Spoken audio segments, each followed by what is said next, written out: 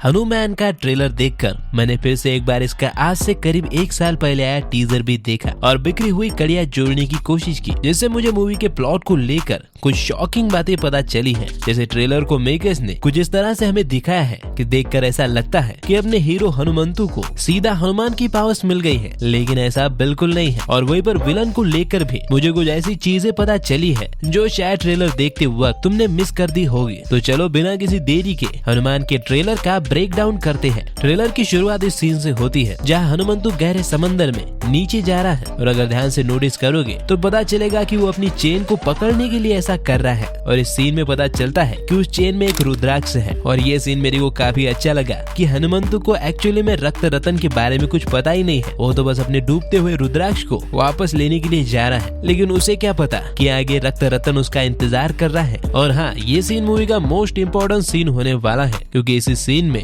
हनुमंतु को super powers मिलेंगी। अब वो सुपर पावर्स कौन सी होंगी और हनुमान जी से वो कैसे अलग होकर भी जुड़ी होगी, ये सब हम आगे जानेंगे। लेकिन उससे पहले टीजर और ट्रेलर से इस सीन की कड़ियां जोड़कर एक कहानी बनाने की कोशिश करते हैं, ताकि तुम ये चीज अच्छे से समझ सको कि हनुमंतु को पावर्स कैसे मिली होगी। तो अंजनाद्री नाम के एक गाँव में अपना हीरो रहता है, जिसे डायरेक्टर ने खुद बनाया है, यानी अंजनाद्री एक फिक्शन विलेज होने वाला है। और इंटरेस्टिंगली हनुमान का बर्थ प्लेस भी अंजनाद्री हिल को ही कहा गया है। और हीरो की ओरिजिन को इस नाम के एक फिक्शन विलेज से दिखाना इसका सीधा लॉर्ड हनुमान से कनेक्शन जोड़ता है। साथ ही में डायरेक्टर हमें ये बताना चाह रहे हैं कि हनुमंतु हनुमान का ही एक अंश होने वाला है। खैर, हम आगे बढ़ते हैं। तो बेसिकली हनुमंतु अंजनाद्री गांव में रहता है और एक दिन ये लोग अपने हीरो को मारते हैं, पर ये विलन के गुंडे नहीं है, क्योंकि विलन जो है वो काफी अमीर है और ये लोग गेटअप से बिल्कुल जंगली लग रहे हैं। मुझे पर्सनली ऐसा लगता है कि ये आदिवासी समुदाय के हैं जो जंगल में रहता होगा और शायद कुछ लूटने के लिए गाँव में आते होंगे। तुम यहाँ पर देख सकते हो कि इन्होंने झाड़ियों में छुपकर हनुमंतु को घेरा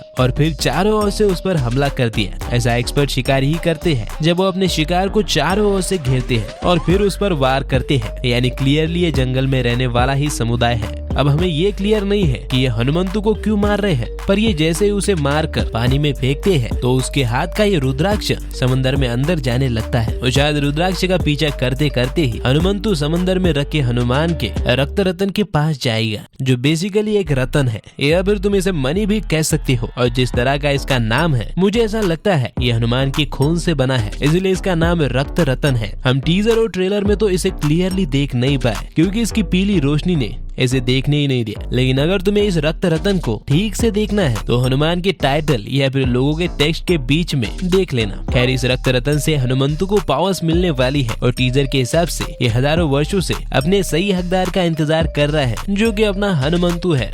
यानी जैसे पीटर को मकड़ी काट के उसका स्पाइडरमैन बनना पहले से ही तय था, वैसे ही हनुमंतु का रक्त रतन से सुपर हीरो बनना पहले से ही तय था। वैसे उसे रक्त रतन की पावर्स कैसे मिलेगी, ये देखना काफी इंटरेस्टिंग होगा। मतलब रक्त रतन उसमें समा जाएगा या फिर वो उसे पहनेगा, जैसे ग्रीन लैंटर्न रिंग पहनता है। हालांकि देखने से तो यही लगता है कि रक्त रतन उसकी बॉडी में समा जाएगा, क्योंकि ट्रेलर में कहीं भी हमने उसे उसका यूज करते हुए नहीं देखा। दूसरा, टीजर में हनुमंतु को समंदर के किनारे पर बेहोश पड़ा दिखाया गया है, जबकि ट्रेलर में हनुमंतु अपने रुद्राक्ष का पीछा करते समय रक्त रतन के पास जा रहा होता है, तब वो बिल्कुल ठीक ठाक होता है। यानी कि हुआ यूं होगा कि रक्त रतन जब उसके अंदर गया तो बॉडी में हो रहे सडन चेंजेस की वजह से हनुमंतु बेहोश हो गया होगा। वैसे ट्रेलर और टीजर दोनों में मैंने ये नोटिस किया है कि चंद्र ग्रहण और फुल मून नाइट पर फोकस रखा गया है। तो मुझे पर्सनली ऐसा लगता है कि रक्त रतन और फुल मून नाइट और चंद्र ग्रहण का कोई तो कनेक्शन है। शायद ऐसा हो सकता है कि फुल मून नाइट में रक्त रतन की पावर्स बढ़ती हो और चंद्र ग्रहण के वक्त वो कमजोर रहता हो। साला ये तो भेड़िया की पावर्स हो गया। पर मैं ऐसा इसीलिए कह रहा हूँ क्योंकि जब अपने हीरो को मार के समंदर में फेंका जाता है तो फुल मून नाइट होती है और रक्त रतन भी काफी चमक रहा होता है।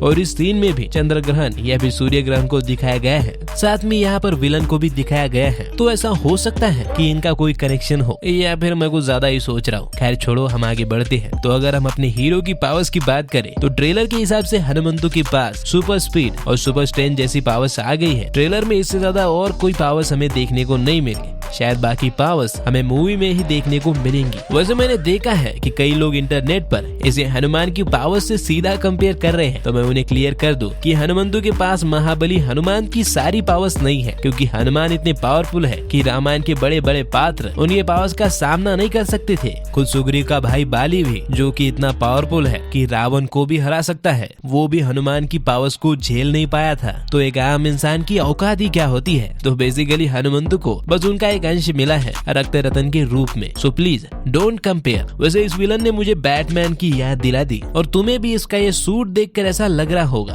पर टेंशन मत लो, प्रशांत वर्मा ने कुछ भी कॉपी नहीं किया है, बल्कि ये कैरेक्टर जिसका नाम माइकल है, ये खुद बैटमैन का और सुपरमैन का फैन है और उनकी जैसा बनना चाहता है। इसके पीछे तुम बैटमैन और सुपरमैन के कॉस्ट्यूम देख सकते हो और इसलिए ये बात कि वो बैटमैन की जैसा सूट पहन के क्यों घूमता है अच्छे से समझ में आ जाती है। वहीं पर ये सूट उसे काफी पावर्स भी देता है, ये बुलेट प्रूफ भी है और शायद इसे स्ट्रेंथ भी देता हो। इसकी लड़ाई को देखकर तो यही लगता है। वैसे बचपन में मैं भी सुपर हीरो बनना चाहता था, हालांकि मेरी चाहत बचपन में ही मर गई थी क्योंकि मैं मैच्योर हो गया था, लेकिन ये तो अभी भी लगा पड़ा है और इसकी चाहत रुकने का नाम नहीं ले रही है, बल्कि बहुत ही जल्द और ज्यादा बढ़ने वाली है, क्योंकि वो अपने पास खड़े साइंटिस्ट जो शायद उसके सुपर हीरो सूट में पावर्स डालने का काम करता है, उससे कह रहा है कि पावर्स सिर्फ सूट में हो ये काफी नहीं है, ताकत तो मेरी रग रग में दौड़नी चाहिए। यानी अब इसे सुपरमैन बनना है और इसकी यही चाल इसका सामना अंजनाद्री गांव और हनुमंतु से करवाएगी, क्योंकि ये कह रहा है कि ऐसी पावर्स कई तो होगी। यानी अब माइकल उस पावर्स को दुनिया भर में ढूंढेगा और बंदे के पास पैसा है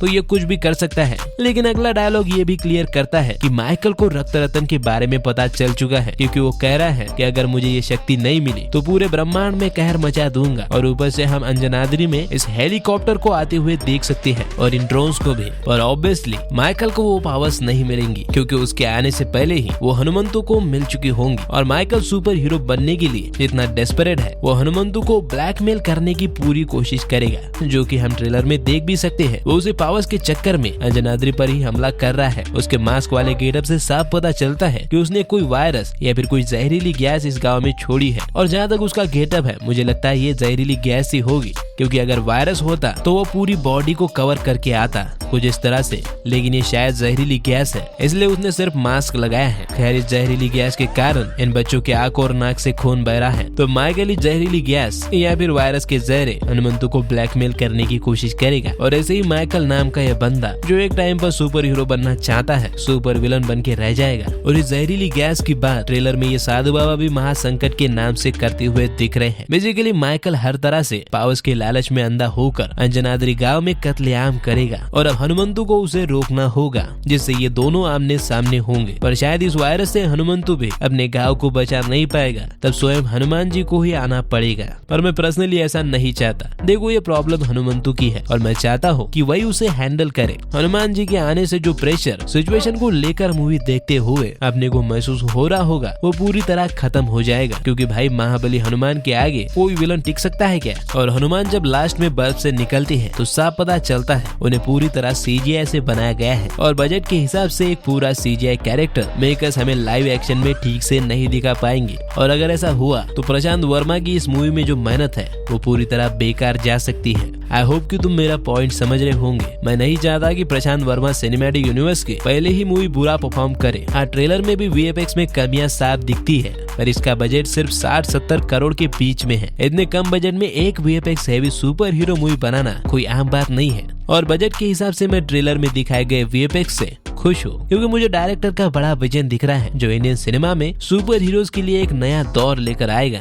तुम जरा सोच के देखो कि इंडियन सिनेमा में ऐसी क्या कमी है कि हम हॉलीवुड लेवल की सुपर हीरो मूवीज नहीं बना पा रहे हैं। हमारे पास बड़े बड़े प्रोडक्शन हाउसेस है जो एक फिल्म पर आंख बंद करके 500 करोड़ आराम से लगा सकते हैं। ब्रह्मास्त्र और रावण जैसी फिल्मों ने ये साबित कर दिया है कि हम हॉलीवुड लेवल के VFX दे सकते हैं। और सबसे जरूरी बात, हमारे पास वो ऑडियंस है। इंडिया के बच्चे से लेकर जवान तक सबको सुपर हीरोज की मूवीज बहुत ज्यादा पसंद है। हमारे पास सब है, बस कमी है तो विजन की। नहीं मार्वल वाला विजन नहीं बे, बल्कि सोच की। इंडियन मेकर्स की सोच बहुत ही पिछड़ी है। वो राधे और बागी 3 जैसी फिल्में बनाकर ही खुश है। और ऐसे में अगर कोई डायरेक्टर इतने बड़े विजन के साथ कम बजट होकर भी हमारे लिए कुछ कर रहा है, हमें इंडियन माइथोलॉजी के खजाने के मोती निकाल कर दे रहा है, तो उसे सपोर्ट करना तो बनता है। इसलिए बाकी कुछ हो या ना हो, VFX को लेकर तो हमें एडजस्ट करना ही होगा। बाकी फिल्म अगले महीने की 12 तारीख को आ रही है और डायरेक्टर ने पहले ही ग्लोबल टारगेट टारगेट रखा है। ये फिल्म पूरे 11 भाषाओं में रिलीज हो रही है, जिसमें स्पेनिश, कोरियन, जापानीज और चाइनीज भी शामिल है। तो अगर इसकी स्टोरी कन्विंसिंग हुई तो ये जरूर चलेगी। वैसे कन्विंसिंग से मुझे याद आया कि ब्रह्मास्त्र पार्ट 2 में देव के रोल के लिए मेकर्स एक कन्विंसिंग एक्टर की तलाश में है, और मेरे पास उनके लिए एक नहीं बल्कि 7 एक्टर्स के सजेशन है जो मैंने इस लेफ्ट वाली वीडियो में दिए हैं। अब इस वीडियो को देखकर तुम ही बताओ कि कौन सा एक्टर है जो कन्विंसिंग देव बन सकता है। साथ ही में अगर ये वीडियो अच्छा लगा हो तो लाइक और शेयर जरूर करना, और यार सब्सक्राइब करो यार, 10,000 के काफी करीब है हम लोग। बाकी आज की वीडियो में इतना ही काफी होगा। अच्छा तो हम चलते हैं, फिर आपसे मुलाकात होगी एक और नई वीडियो में। तब तक आप डायरेक्टर प्रशांत वर्मा की ज़ॉम्बी रेड्डी देख लो, अच्छी फिल्म है।